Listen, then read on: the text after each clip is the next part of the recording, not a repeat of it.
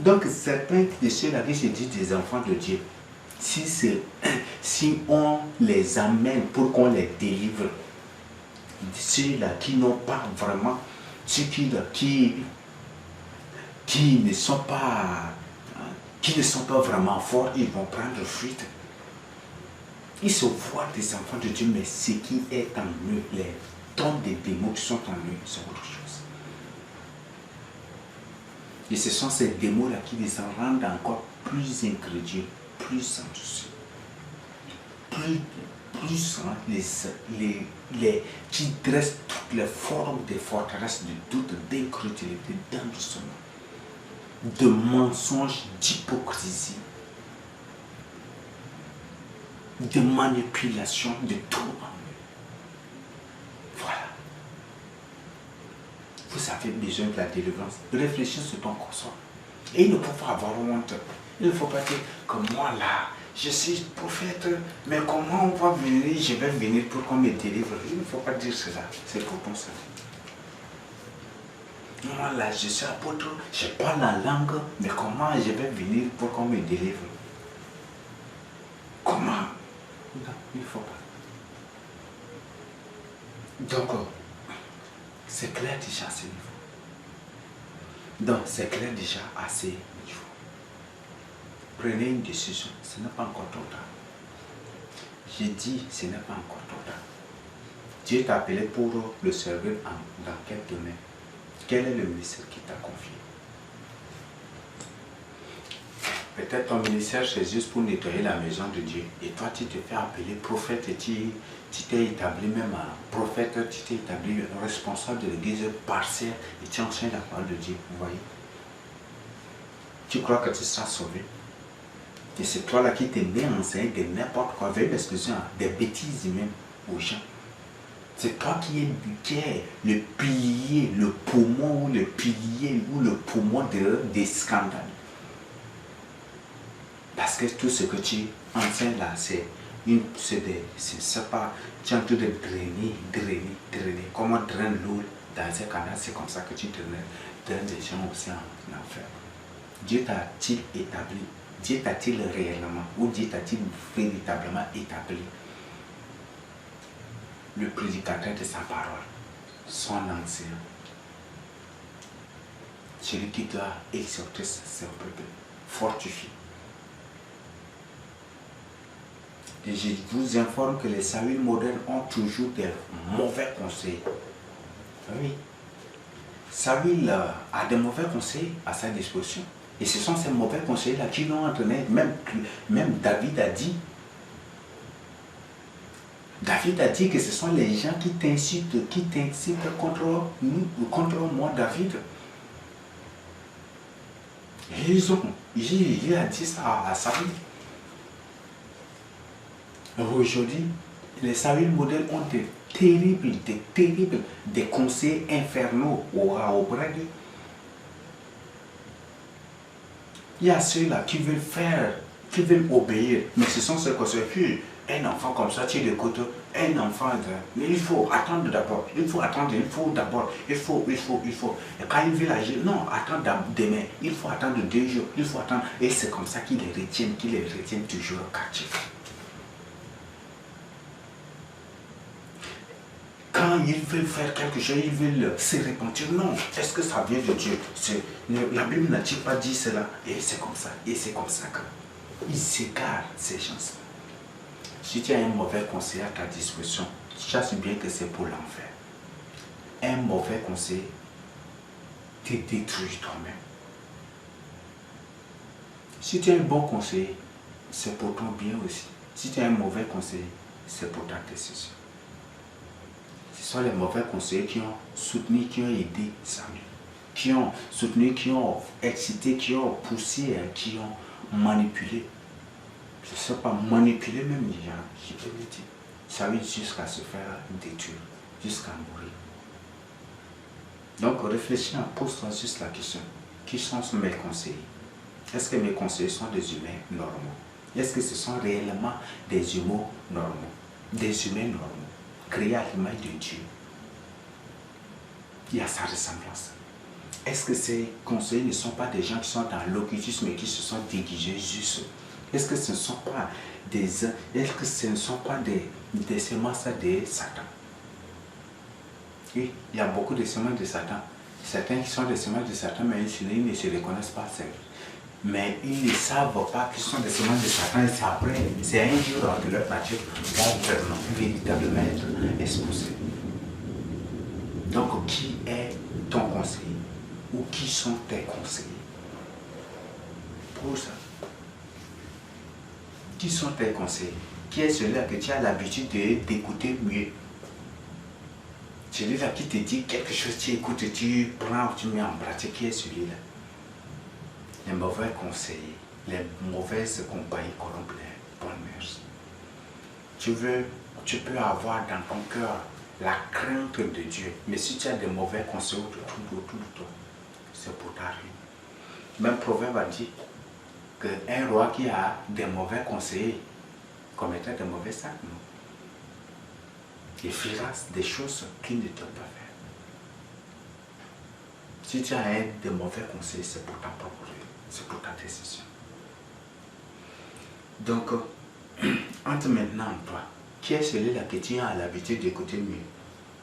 Celui-là que tu places même, où tu légalises à Dieu, tu le places au-dessus de Dieu. Celui-là en qui tu as vraiment pertinemment confiance de Dieu, que tout ce qui est celui-là. Il pense sur lui. Est-ce que ce n'est pas une personne possédée? C'est la première question que tu dois poser. Est-ce que cette personne n'est pas utilisée inconsciemment? C'est la deuxième question. Est-ce que ce n'est pas un agent de Satan conscient qui s'est déguisé? Troisième question que tu dois poser. Tu dois te poser. Est-ce que ce n'est pas un démon qui a juste un démon qui a pris juste un corps humain, juste qui est autour, que je le prends comme mon conseiller? C'est la quatrième question que tu dois te poser. Il faut continuer toujours. La Bible dit que celui qui réfléchit aux choses trouve le bonheur. C'est ça le processus de ton bonheur. Entreprends maintenant ce processus. Parce qu'il y a beaucoup de gens qui refusent d'obéir à la voix de Dieu, qui refusent de se repentir, qui refusent de suivre le Seigneur Jésus, que c'est à cause des gens qui les placent même au-dessus de Dieu, des gens qui les prennent comme des conseillers.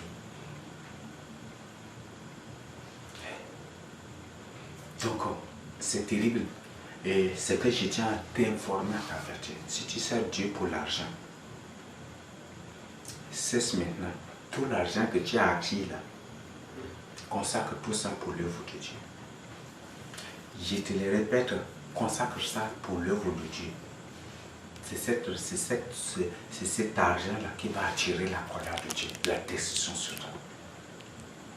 Si tu ne veux pas me croire, alors tu vas me croire. Le but, c'est essentiellement, c'est pour vous arrêter. Si tu as acquis de l'or, des diamants, ou peut-être tu t'es fait serviteur de Dieu pour avoir une belle femme, il faut renoncer à cela. Il faut faire la restitution. Si tu as escroqué, il faut faire la restitution. Fais la restitution. Consacre ça à l'œuvre du Seigneur. Consacre ça à l'évangélisation. Vaut mieux entrer pauvre et misérable au ciel que d'être brûlé en enfer. Vaut mieux perdre tout à la surface de la terre que d'avoir des richesses ou des grandes richesses, des pénibles richesses, des remarquables richesses ou des choses grandioses et perdre son salut pour toujours. Que sert-il à un homme de gagner tout le monde, de gagner toutes choses sur peine de salut de son âme? J'ai déjà informé. Peut-être en parlant ici, beaucoup vont me qualifier peut-être d'escroc. Ils vont même se rouiller sur moi, que voilà, que moi je veux avoir leur argent, je convoite leur argent, ou je sens le convoiter leur truc. Vous ayez de l'argent et de longue bouche. Je ne suis pas là pour mentir.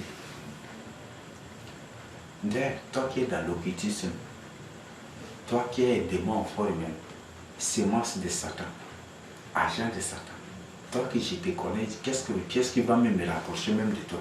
Si tu es un agent de Satan, je ne vais jamais de toi accepter ni tes dîmes, ni tes offrandes, ni quoi que ce soit. Jamais du tout. Jamais du tout. Indifférent. je vais prendre du temps à accepter cela. Beaucoup peut-être vont se mettre à raconter tout, mais je suis là, hein. L'esprit est mon témoin. Si j'ai convoité et que tu es en train de... Si j'ai convoité, l'esprit lui-même me frappera. Mais si je n'ai pas du tout convoité, ce que tu dis là augmentera le degré de ta peine en enfer. Parce que le Seigneur m'a révélé que ces gens se vont atterrir en enfer. Le Seigneur m'a révélé déjà même ces gens sont en enfer alors qu'ils sont encore en vie. Donc le but c'est là, faire la restitution. Si tu as escroqué des gens, tu t'es fait serviteur de Dieu et puis tu as créé des visions de trucs pour piller les gens, pour te faire riche, ou richard, ou ceci, cela, tu dois faire la restitution.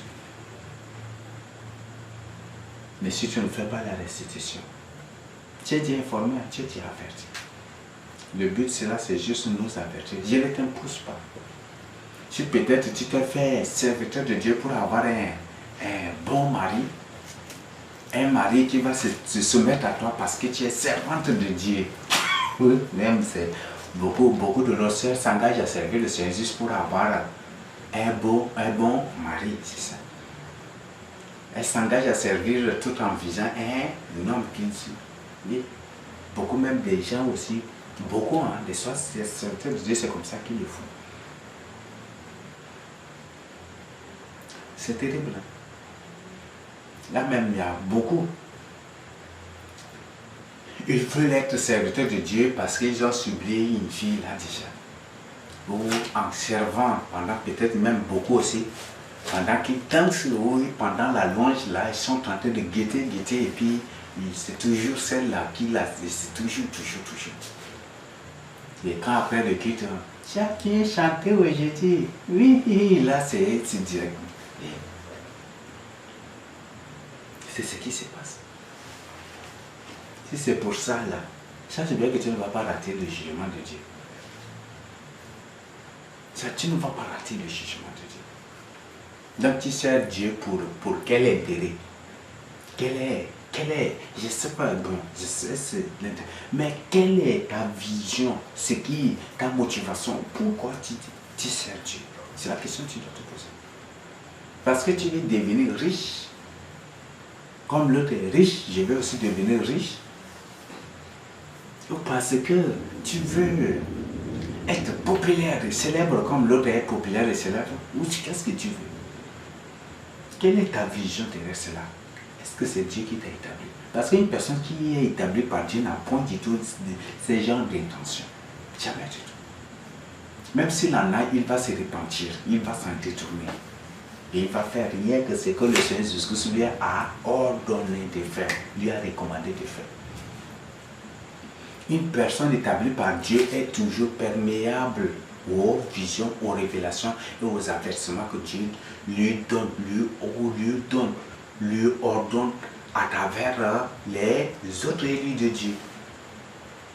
Pierre était perméable aux autres apôtres, vrai ou faux, bien que Dieu l'a établi sur. David même était perméable, tout cela. Mais ce sont des bons conseils, c'est des choses bibliques. Aujourd'hui, les gens veulent prodiguer de mauvais conseils et que tu mettes ça en pratique pour leur être agréable. Non. Ce sont des choses bibliques, véritables, des choses véritables, vraies et réelles. Des choses véritables et confirmées par Dieu qui font ça. Donc, vois maintenant quelle est ta motivation. Parce que YouTube, c'est un monde de célébrités et comme toi, tu veux être revu par tout le monde, il faut créer un compte et publier de n'importe quoi. Peut-être dans ta vision, tu vois une mouche passer directement là, tu rêves et puis tu prends ta tablette ou peut-être tu dis, ah, dans ma vision, j'ai vu une mouche, mais ceci, mais après là, non, c'est fini. Et puis, c'est juste ça pour que les gens te voient dans le monde entier et te rendent célèbre. Quelle est ta vision? Quel est le but de cela? Chante bien, si c'est dans cette intention-là, tu ne vas pas échapper. Sa vie s'est dressé un monument, n'est-ce pas, pendant qu'il était encore en vie. Et c'est ce que beaucoup de ces modernes font. Tu es femme, et que tu ne sais pas Dieu, tu n'obéis pas à la voix de Dieu, tu le désobéis, sache bien que tu es un Samuel moderne aussi. Donc toi aussi, tu publies des choses, tu enseignes la parole de Dieu, tu prophétises, tu parles la langue pour être vu. Si tu fais cela, c'est que c'est un monument que tu te dresses. Parce que le but des monuments, c'est pour que chaque personne qui voit cela se rappelle, se souvienne de toi, n'est-ce pas? Et c'est pour ça. Si c'est ça ta motivation, si tu fais cela, sache bien que tu es un Samuel moderne. Et que vous avez vu, non? Vous avez, vous avez connu, vous connaissez bien la fin de Saül, n'est-ce pas? Il a fini. Est-ce que c'est lui seul qui a fini? Lui et toute sa famille, n'est-ce pas? Si tu diriges un ministère, c'est toi et tous ceux qui sont dans ce ministère que vous allez finir aussi. Vous allez finir sauvagement. Saül a été décapité. Et c'est vraiment terrible, c'est vraiment fort. Saül et toute sa maison. Donc toi et tous ceux qui sont dans ton ministère. C'est pourquoi j'ai dit, toi qui suis de telles personnes, il faut quitter. Il faut te séparer. Séparez-vous, dit le Seigneur. Saül était détruit avec tous ceux qui le suivaient. Il était au front, n'est-ce pas? Toute l'armée était avec lui. Et tout. David a amèrement pleuré parce que beaucoup d'enfants d'Israël avaient perdu la vie. Il a commencé d'abord par pleurer les enfants d'Israël parce que les enfants d'Israël étaient victimes juste des manipulations et des faux ordres qu'ils ont reçus. Les faux ordres aujourd'hui, ce sont les faux enseignements qu'ils leur donnent aux autres pour scandaliser la parole de Dieu, pour emmener les autres à rejeter la vraie parole de Dieu. C'est ça. Donc David a commencé d'abord par pleurer ses amants innocentes. Parce qu'elles avaient fini sauvagement aussi avec Samuel. Et après avoir prié, après avoir pleuré Israël, là, il est venu sur Samuel et sur son ami Jonathan. Je t'en prie. Je voudrais que tu comprennes et tu écoutes bien. Jonathan était l'ami de David, n'est-ce pas? Il était avec Saül. Est-ce que grâce à son amitié, est-ce que par son amitié avec David, est-ce qu'il a échappé à la colère de Dieu? Est-ce qu'il a échappé à l'épée? Il était mort, n'est-ce pas? Non, ne dis pas parce que tu es en relation avec moi et que tu es en relation et puis tu ne veux pas soumettre, tu ne veux pas quitter, te séparer, que tu vas échapper parce que tu es en relation avec moi. Tu ne vas jamais du tout échapper. Tu ne vas jamais du tout. De même que Jonathan n'a pas du tout échappé, toi aussi tu n'échapperas pas du tout. Tu vas finir tragiquement et sauvagement. Leur fin était sauvage, c'est tellement sauvage que c'est vraiment, quand je lisais cette partie, ça me fait mal, ça me fait trembler parce que je vois déjà ce qui arrive à ces gens. Saül décapité, lui et ses enfants, tous ceux ici, ils étaient tués. Et on les a accrochés, cloués, même pendus sur les murs de la maison. Et tous ceux qui passaient, voyaient, ils étaient exposés, vous voyez, exposés même aux oiseaux, quoi là, des oiseaux prédateurs, des oiseaux prédateurs, exposés à tout. Ça c'est la plus haute humiliation. Et les enfants d'Israël étaient tués, leurs cadavres étaient laissés comme ça. Est-ce que son amitié avec David l'a sauvé? Non.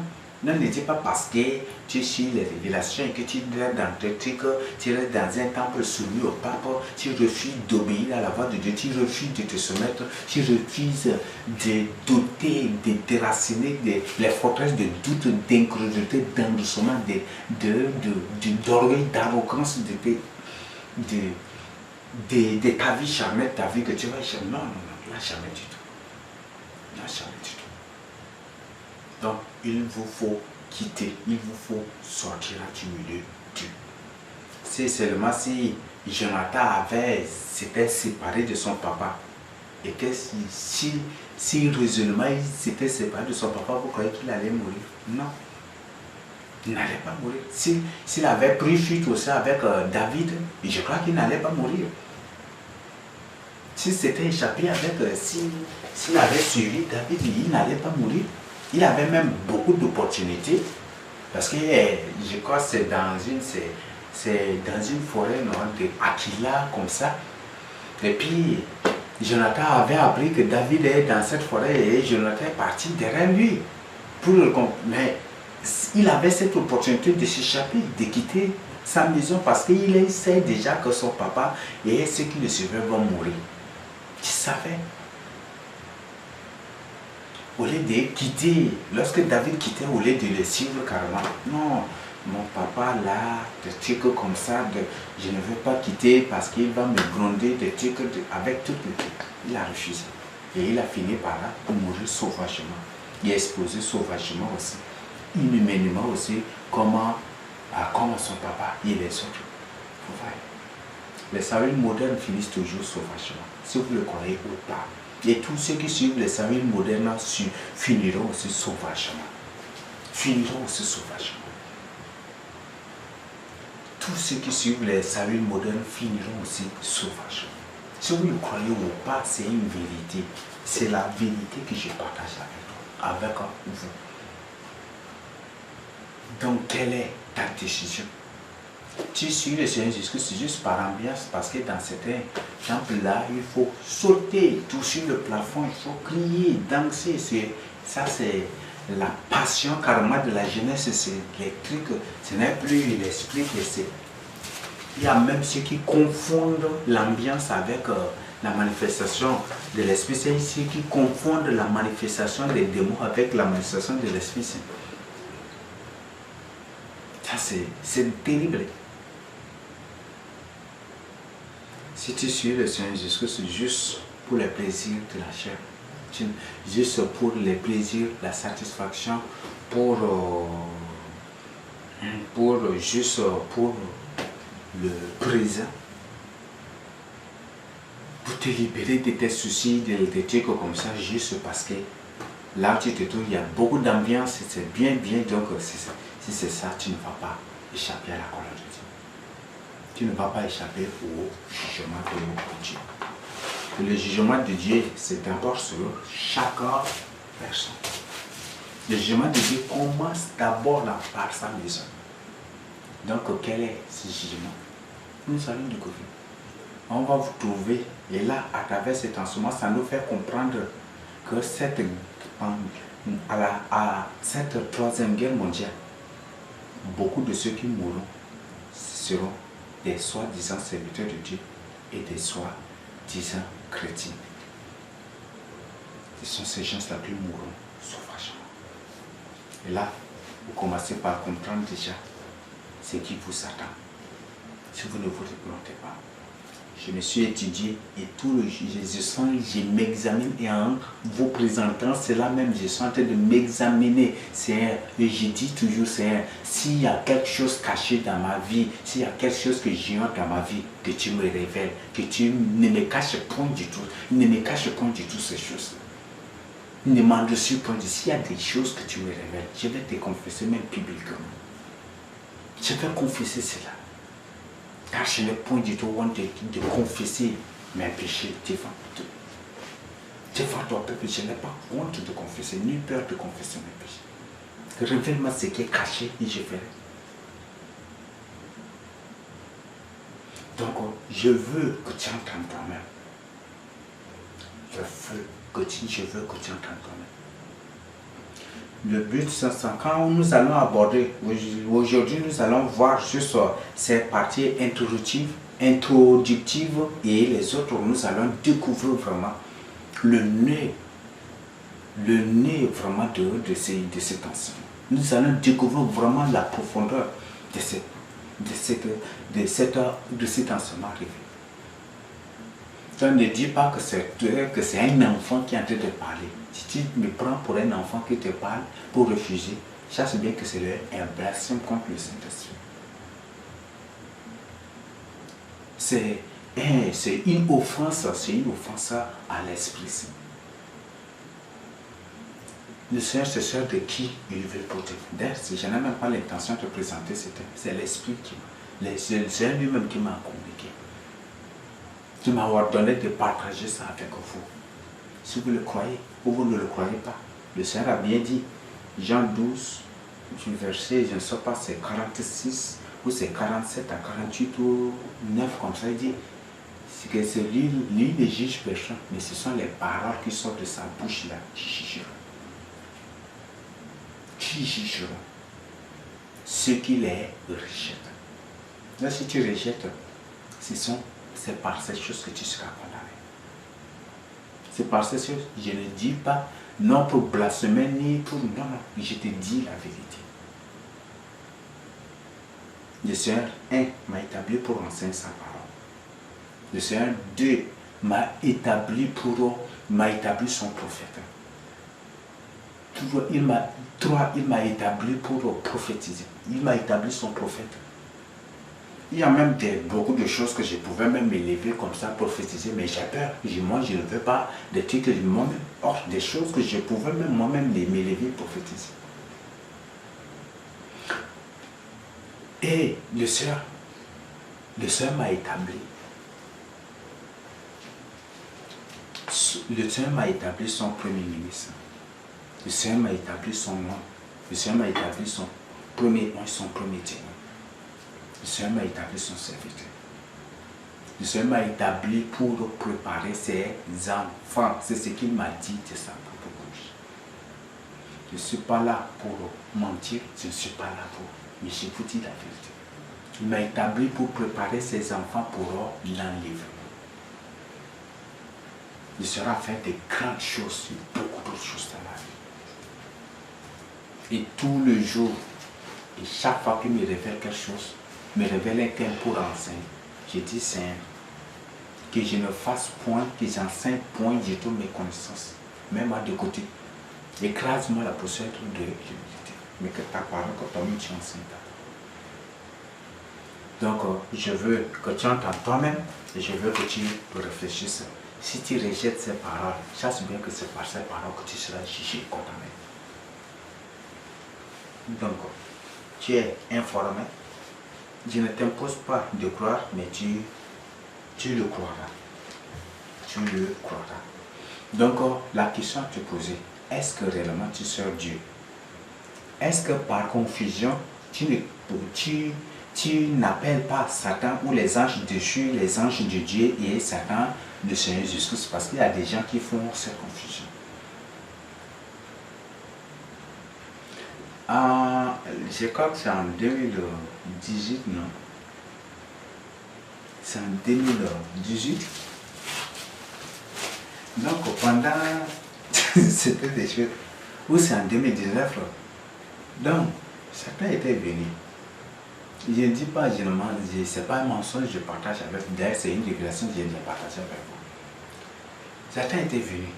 Et son apparence nette, tu vois, non, tu vas le considérer directement comme le Seigneur Jésus-Christ. Je l'ai vu. Et après, dans cette vision, j'ai fait une comparaison. Et j'ai dit que non, ça c'est une autre. Mais après, là, qu'est-ce qu'il dit? Serre-moi un peu. Serre-moi un peu aussi, je te rendrai riche, tu auras tout ce que tu veux. Il m'a demandé de le servir aussi. Tu vois, c'est vraiment. Et après, il a pris, je l'ai vu en maintes reprises. Ce n'est pas une seule fois, mais à des reprises que je l'ai vu. Il y a des gens qui confondent Satan avec le Seigneur Jésus-Christ. Et qui croient fermement que c'est le Seigneur Jésus-Christ qui leur parle, alors que c'est Satan. C'est que je tiens à t'informer. Satan, si tu ne vis pas dans la crainte de Dieu, si tu commences par être rebelle, plus tu t'enfonces dans la rébellion, dans la méchanceté spirituelle, plus Satan connaît déjà qui tu es. Il peut si facilement se déguiser pour t'avoir. Si par exemple, il y a des choses... Bon, c'est une vision ou une révélation, on ne sait pas. Parce que la personne n'a jamais dit. Mais la personne dit qu'un soir disant, Jésus lui a dit, j'ai dit, j'emploie bien les termes, un soir disant, parce qu'il ne s'agit pas du Seigneur Jésus-Christ, mais un soir disant lui a dit qu'il va, que quand il va créer toutes choses, des nouvelles choses que lui va, que c'est ensemble avec lui qu'ils vont créer ces choses-là.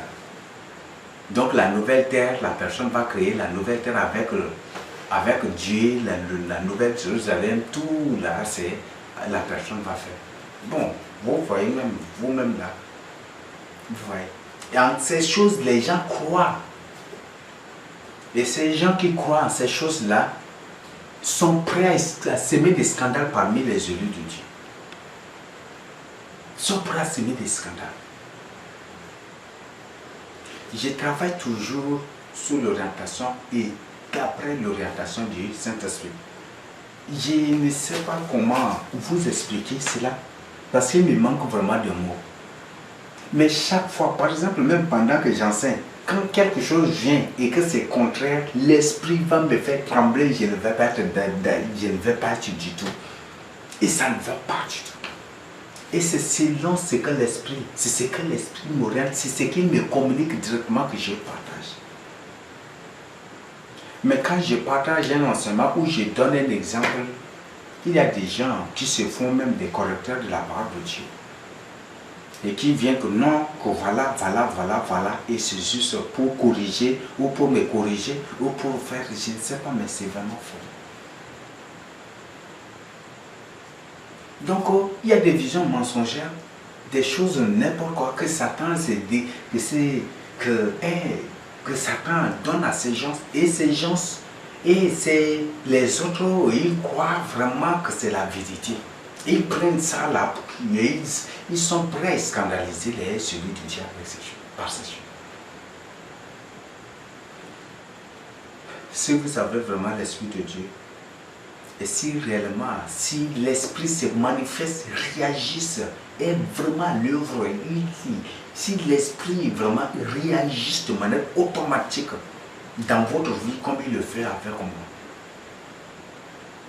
je crois que beaucoup de gens vont pleurer. Si vous vous repentez que si l'Esprit se met à partir d'aujourd'hui à réagir de manière automatique dans votre vie et qu'il vous rappelle, qu'il vous révèle des choses, je crois que beaucoup de gens ne vont jamais du tout cesser de pleurer pour regretter leur comportement, leurs attitudes, leur hypocrisie, même envers moi, envers les autres.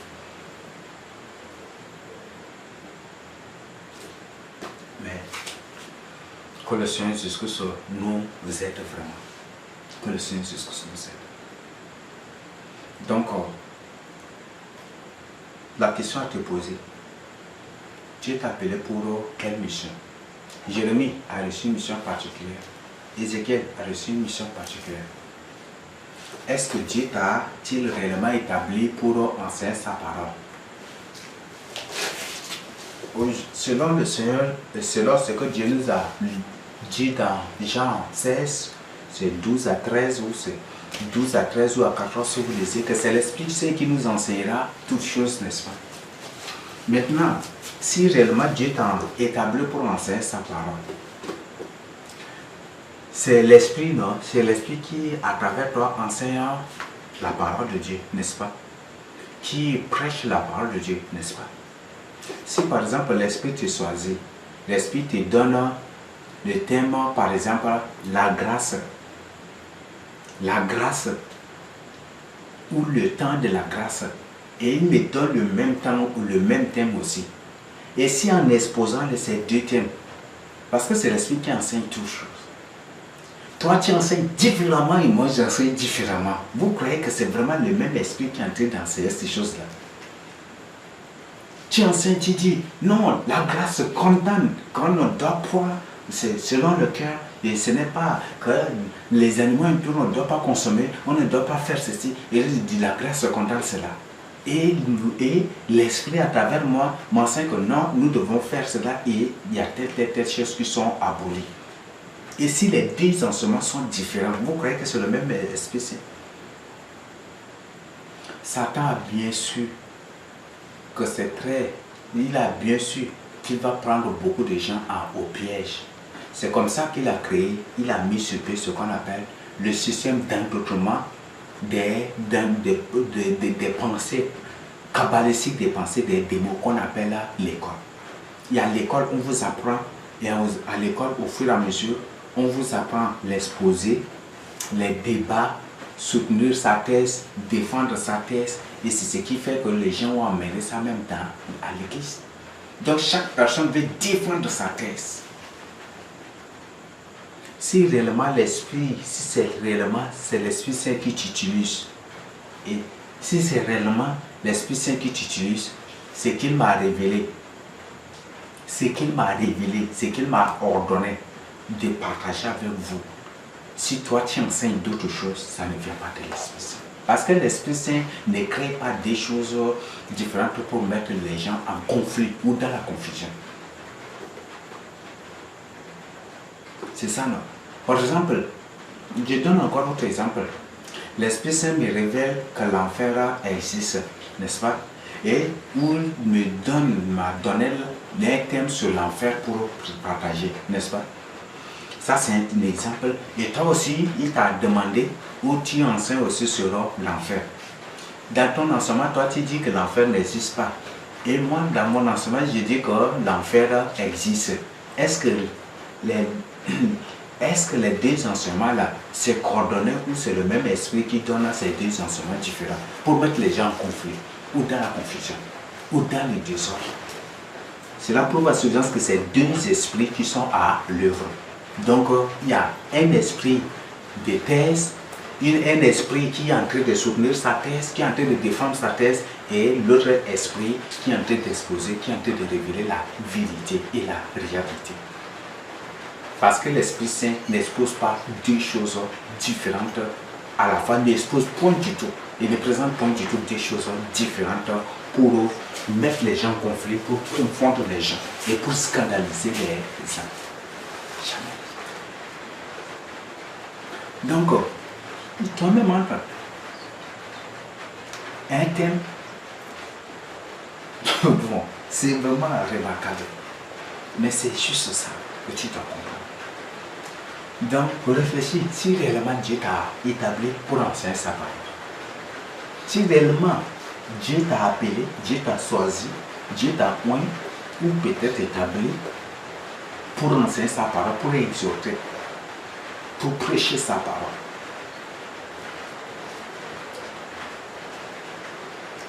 Mais si tu dis oui et que tes enseignements sont contraires, sache bien que tu n'es pas. Et ce que tu es en train de faire, c'est faire des travail terribles, Hitler et spirituel. Et c'est ces hommes que tu regardes là, c'est sur toi que le Seigneur va réclamer merci. Si par exemple, l'Esprit me demande de présenter un enseignement sur la dîme, n'est-ce pas? Jésus, c'est un exemple. Et toi aussi, tu prêches la dîme. Et tu dis que la dîme là, ce n'est pas valable pour nous au temps de la grâce, ni les dons, les trucs, ce n'est plus maintenant. Et l'esprit, dans les enseignements, l'esprit oriente ce qui est contraire à ce que toi tu enseignes. C'est pour dire qu'il y a ces deux esprits qui sont à l'œuvre, non? Ces deux esprits qui se combattent à travers les enseignements, n'est-ce pas? Donc c'est pour dire qu'on a un esprit démoniaque et on a l'esprit saint aussi.